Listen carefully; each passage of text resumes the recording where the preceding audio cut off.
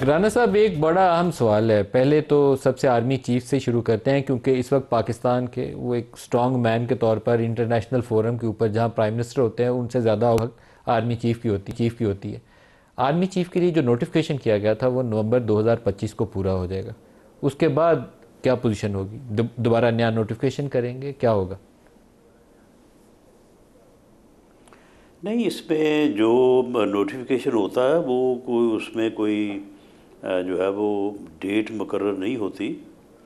तैनाती का जो यानी जो एक 3 साल की नोटिफिकेशन मुद्दत के होता लिए है सर पहले लॉ तो में यही उसमें गुंजाइश थी ना, तो उसी के मुताबिक ही नोटिफिकेशन हुआ था। हाँ, तो अब ला में जब बाद में लॉ में हुआ। जहाँ पे जब ला में 3 साल था पहले, तो वो जो है वो 5 साल हो गया है। उससे पहले कभी 4 साल होता था, 4 साल के बाद फिर 1976 में जो है वो 3 साल हो गया। अब जो है वो दोबारा जो है वो 5 साल हो गया। तो अब जो उनकी मुद्दत है वो मौजूदा कानून के मुताबिक, क्योंकि ये तैनाती जो है ये तो कॉन्स्टिट्यूशन में जो है वो इसके मतलब जो है वो दर्ज है। लेकिन जो तो सर ये फिर मुद्दत एक, है उसका तयन जो है वो लॉ में है, वो तो लॉ आप में अब है। आपका कहना है फिर तो वो नवंबर 2027 तक वो आर्मी चीफ रहेंगे, ये आपका कहना है? जी, जी बिल्कुल। आपके इल्म में होगा कि इसके लिए जो आपको एयर चीफ हैं वो नहीं, जो एयर चीफ हैं उनकी जो मुद्दत मुलाजमत है इसी दौरान जो है वो इस अमेंडमेंट के बाद पूरी हुई, और उनके लिए कोई नया नोटिफिकेशन की ज़रूरत नहीं पड़ी। बल्कि इस अमेंडमेंट के बाद अब वो जब उनकी मुद्दत मुलाजमत 5 साल पूरी होगी तो उस दिन वो रिटायर होंगे। तो सर अभी ये मरी वाली जो मीटिंग थी उसके अंदर भी एक ये बयानिया सामने आया था, बल्कि ये बड़ा पॉपुलर बयानिया है। पहले वो लोग कहते थे कि शहबाज शरीफ साहब इन ट्रबल हैं, तो लेकिन फिर अब लगता यह है कि वो एक यूसुफ रज़ा गिलानी साहब का बयान था फ्लोर ऑफ द हाउस कि 2013 तक तमाम बड़े महफूज हो गए हैं। वो उस वक्त army chief general Ashfaq Parvez Kayani थे। तो फिर हम ये कह सकते हैं कि 2027 तक तमाम बड़े महफूज हो गए, हम ये कह सकते हैं?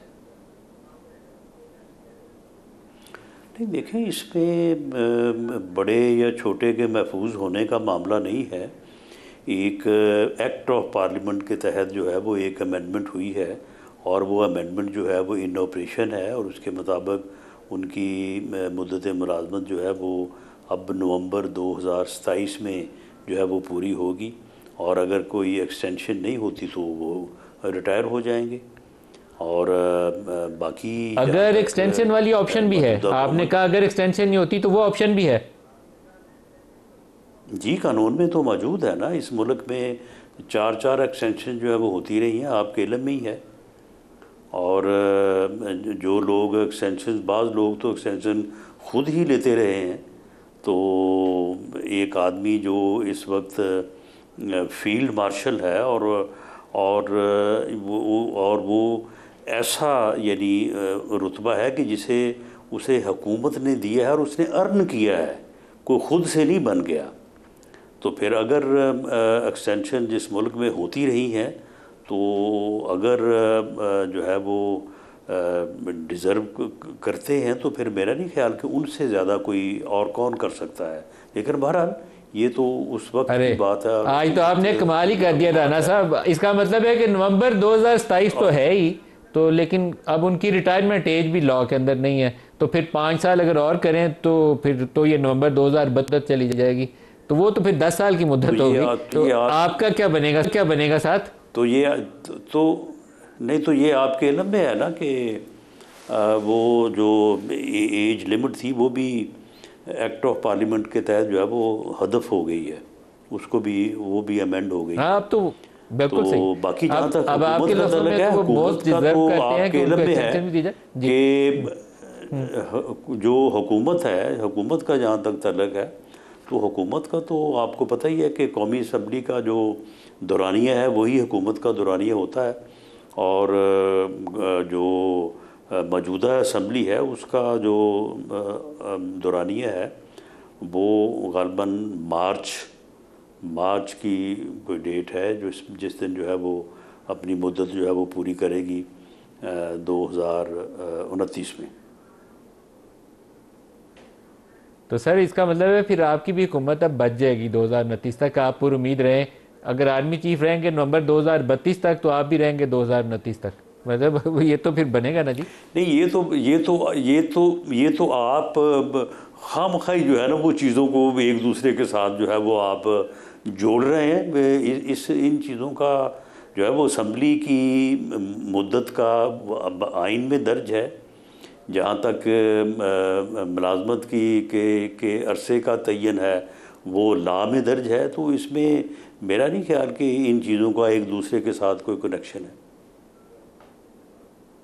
अच्छा सर, इसमें फिर इमरान खान का क्या बनेगा? क्योंकि एक चीज़ तो तय है कि किसी एक की अंडरस्टैंडिंग के लिए एक की कैजुअलिटी हो जाएगी। मतलब आप अगर हुकूमत में बैठे होंगे तो इमरान जेल में बैठा होगा, तो कुछ ये तो फिर इमरान तो फिलहाल जेल में ही रहेगा ना। नहीं, इमरान खान साहब को अपने को जो है वो यानी मेरी राय के मुताबिक उन्हें अपनी जो है वो सोच को बदलना होगा और उन्हें जो है वो अपना जो है वो पॉलिटिक्स करें, वो सियासत करें। वो सियासतदान अपने आप को कहते हैं, हम भी कहते हैं कि भी ठीक है आपकी सियासी जमात है, आप सियासतदान हैं, तो उन्हें सियासत करनी चाहिए। वो इस वक्त जिस काम पे लगे हुए हैं वो नहीं हो सकता ऐसा जो है वो। राना साहब, लेकिन आप अगर 2029 तक हुकूमत में रहना चाहते हैं तो फिर तो मुझे लगता है कि इमरान को 2029 तक जेल में रहना पड़ेगा। जो तरीका सियासत है पाकिस्तान में, उसमें तो फिर वो मुझे बाहर नहीं निकलते नज़र आते। नहीं मलिक साहब, अगर इमरान खान साहब सियासत करना चाहते हैं, जेल में रह के करना चाहते हैं, जेल से बाहर आके करना चाहते हैं, तो वो तो उन्हें हमारी तरफ से तो हर वक्त ऑफ़र है। ये पिछले 2 माह में 3 मरतबा जो है प्राइम मिनिस्टर ऑफ पाकिस्तान ने जो है वो उनको बड़ी ही जो है वो खुले दिल से जो है वो उनको ऑफ़र किया है कि आएँ, बैठें, बात करें। जो जिस दिन अपना 13 और 14 अगस्त की रात जो फंक्शन था वहाँ पे पूरी अस्करी क़यादत भी बैठी थी। उन्होंने जो मिसाक के इस्तेहकाम पाकिस्तान की जो बात की है वो क्या है। लेकिन इमरान खान साहब सर आपने पूरी पीटीआई को स्टीम रोल कर दिया है, पूरी अपोजिशन को आपने स्टीम रोल कर दिया। पीटीआई की सारी क़यादत जो है आपने तोड़ फोड़ ली है, बाकी जो हैं वो बेचारे अपनी जान बचाते नहीं तो मलिक साहब फिर नहीं मलिक साहब आप मुझे ये बताएं कि वो जो सिविल वार चाहते हैं फिर वो होने दें, और उसके नतीजे में क्या आप फिर इस बात की गारंटी देते हैं कि पाकिस्तान अपना वजूद जो है वो बरकरार रख सकेगा? इमरान खान बाहर आएगा तो पाकिस्तान के वजूद को क्यों खतरा होगा? नहीं तो इमरान खान सिविल वार चाहता है। इमरान खान जो है उस मुल्क में सियासत नहीं चाहता, उसका कोई सियासी एजेंडा नहीं है, कोई सियासी सोच नहीं है, वो सिविल वार चाहता है। वो सिविल वार चाहता है। सर फिर नहीं सुन ले, 9 मई को नहीं सुन ले ना, 9 मई को उसका क्या वो जो उसका एक्ट था वो कोई उसका सियासी एहतजाज था, वो सिविल वार की तरफ। सर फिर इमरान जेल में रहेंगे।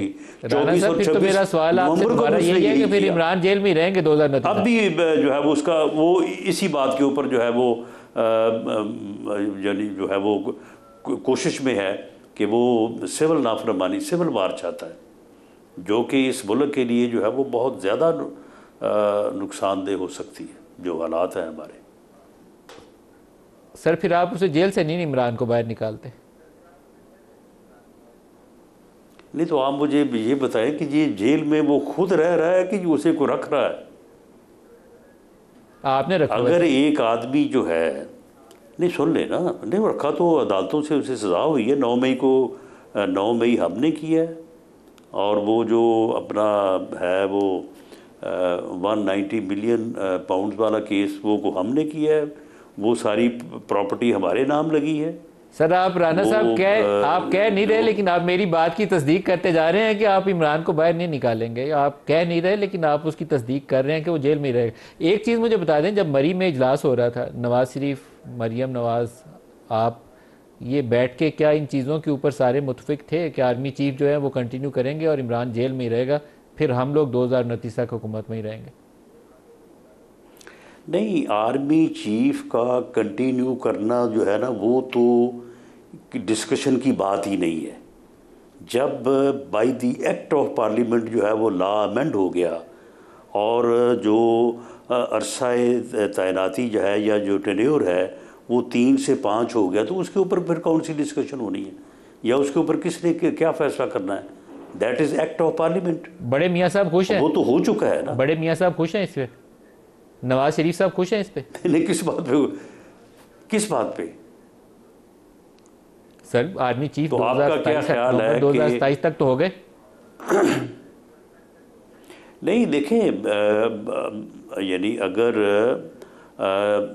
यानी मौजूदा हुकूमत ने, पार्लियामेंट ने जो ये एक्ट ऑफ पार्लियामेंट से लॉ अमेंड हुआ है, तो क्या उसमें गवर्नमेंट और जो है वो शामिल नहीं थी? और अगर गवर्नमेंट शामिल थी PMLN की, तो क्या वो मियाँ नवाज शरीफ साहब की मर्ज़ी या उनकी कंसेंट के बगैर शामिल थी? ऐसा तो नहीं है। जो भी बड़े मियाँ साहब खुश हैं के फैसले होते हैं, सर ये बता तो दें कि बड़े मियाँ साहब इस पे खुश हैं या खफा हैं? जो भी बुनियादी अहमियत के फैसले होते हैं वो पार्टी लीडर की कंसेंट से होते हैं। इसमें खुश या नाराज होने वाली तो कोई बात नहीं। मियाँ साहब तो ये मुल्क की खुश होंगे, फिर उनकी मर्जी पूरी होगी ना, उनकी रजामंदी से हुआ तो फिर तो वो खुश होंगे। मामलात हैं जी, बिल्कुल। सर फिर तो मियाँ साहब खुश होंगे ना, उनकी रजामंदी से फैसला होगा। इस किस्म के बुनियादी फैसले जो है वो नहीं हुआ। लेकिन इसके ऊपर मेरा नहीं ख्याल कि ये लफ्ज़ जो है वो इसको सूट करता है किसी के खुश होने या ना खुश होने को। जो फैसले मुल्क की अहमियत के हामिल हैं उनके ऊपर जो है वो सभी को जो है वो मुत्तफिक होना चाहिए और एक सोच होनी चाहिए। सर आप सवाल का जवाब गोल कर गए हैं, लेकिन ये अच्छी बात नहीं है। पाकिस्तान में हुकूमतें जाती और आती जो है ना 2-3 मौके के ऊपर है। नए आर्मी चीफ की तैनाती के ऊपर, DGI की तैनाती के ऊपर, हमने जनरल फैज़ के मामले में देख लिया था क्या हुआ था। तो आपको पता है ये कितना सिग्निफिकेंट डिसीजन है। और अगर मियाँ साहब इस पर खुश नहीं है तो फिर या नाराज़ हैं, या कह दे खुश है या नाराज़ है। आपने दोनों में से एक भी लफ्ज़ इस्तेमाल नहीं किया। नहीं, मियाँ साहब बिल्कुल नाराज़ नहीं है। मियाँ साहब जो भी फैसले हुए हैं वो मियाँ साहब की जो है वो मुकम्मल तईद से हुए हैं और उसके ऊपर वो खुशी का लफ्ज़ इस्तेमाल कर रहे हैं जो है ये मुल्क के बेहतरीन मफाद में हैं। इसमें खुशी ना खुशी वाली बात जो है ना, ये तो आप इसको बड़ा हल्का कर रहे हैं ना। इसमें खुशी ना खुशी वाली बात नहीं है, ये मुल्क के मफाद में ये फैसले हैं। सर मुल्क के मफाद में हो तो फिर तो खुशी दुबाला हो जाती है, लेकिन 12 सूबे भी आने हैं सर, उस पर भी खुशी दुबाला होगी बड़े मियाँ साहब की? नहीं, कोई ऐसे 12 सूबों वाली बात नहीं है। ये तो ऐसे ही आपने मीडिया में बात चलाई हुई है। कभी 12 कह रहे हैं, कभी 30 बात कह रहे हैं। आ रही है आप सर, ये आ रही है करीब आपके, बस ये ड्राइवमेंट पहुंचने वाली है, तैयारी रखिएगा इसकी भी। चले ठीक है, लेकिन मेरा ख्याल है कि वाया बाल रोड आ रही है सर, बाल रोड से आते आते थोड़ा टाइम लगता है, पहुंच जाएगी। अच्छा, ये 30 है या 12 है? 12 बातें तो दोनों चल रही हैं। अच्छा जी, आपको जो पसंद होगा वो आप ले लें। 12 लेने हैं तो 12 ले लें, 30 लेने हैं तो 30 ले लें सर। नहीं, मेरा नहीं ख्याल कि आपकी ये ख़बर जो है ना, इसकी सेहत से जो है ना, सेहत के ऊपर मुझे शक है। आप इसको वेरीफाई करें दोबारा। सर सेहत पाकिस्तान में सूबों की वैसे ही कमज़ोर है आजकल, बारिशों और पानी और सैलाबों की वजह से। लेकिन ये संजीदा मामला है और ये जल्दी आप लोगों के करीब आने वाला है। नहीं, ठीक है, वो तो एक ठीक क्लाइमेट चेंज है, लेकिन सुबह बड़े मियाँ साहब को बताना पड़ेगा इसके ऊपर भी कि कौमी मुफाद में है कि नहीं है, और वो खुश हैं कि नाराज़ हैं, इसके ऊपर उन्हें बताना पड़ेगा। इसमें ये गोल करके नहीं निकल सकेंगे, इस पर बताना पड़ेगा कि खुश हैं कि नाराज़ हैं 12 सूबे बनने पे। नहीं, 12 सूबे बनने की कोई बात इस वक्त अंडर कंसिडरेशन नहीं है।